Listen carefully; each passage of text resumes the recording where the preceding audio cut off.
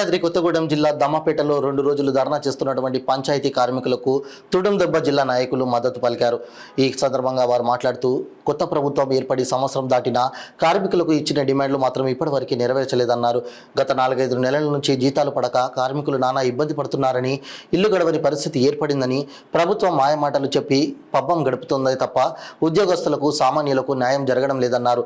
పంచాయతీ కార్మికులు చేస్తున్నటువంటి సమ్మెను ప్రభుత్వం గుర్తించి వారి డిమాండ్లను వెంటనే నెరవేర్చాలని, కార్మికులకు అన్యాయం జరిగితే సహించేది లేదని, వారి కోసం ఎంత దూరమైనా వెళ్లడానికి సిద్ధమని తుడుందెబ్బ నాయకులు తెలిపారు.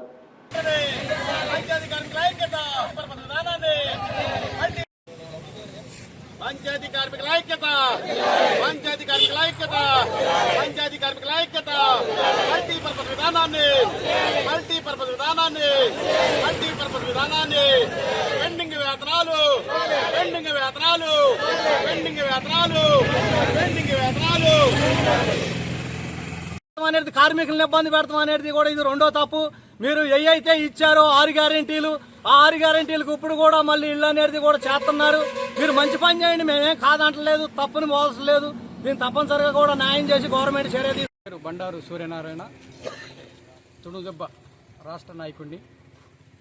పంచాయతీ కార్మికులు చేసే సమ్మెకి మద్దతుగా ఈరోజు మేము దమ్మపేటలో వాళ్ళకి మద్దతుగా తెలియడం జరిపిస్తుంది.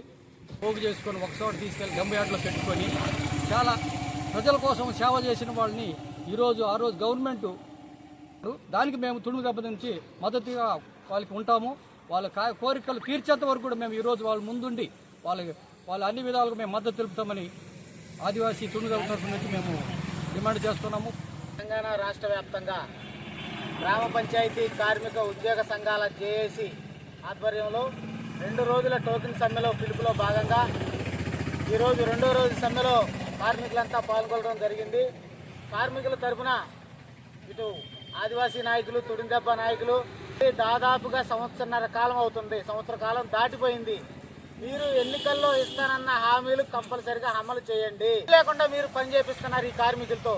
ఈ కార్మికులకు మీరు ఎన్నికల్లో ఇస్తానన్న హామీలు గత ప్రభుత్వంలో 34 రోజులు సుదీర్ఘమైనట్టు మేము సమ్మె చేస్తే ఆ సమ్మె శిబిరాల వద్దకు మీరు వచ్చి మాకు సంఘీభావం తెలుపుతూ ఇప్పుడు ప్రజాప్రభుత్వం మనం ఏర్పడిన వెంటనే మీ కార్మికులు న్యాయమైన డిమాండ్లను పరిష్కరించి మీకు వేతనాలు పెంచి మీకు ఆరోగ్య భద్రత ఇచ్చి మిమ్మల్ని ప్రభుత్వ ఉద్యోగులుగా గుర్తిస్తామని చెప్పారు.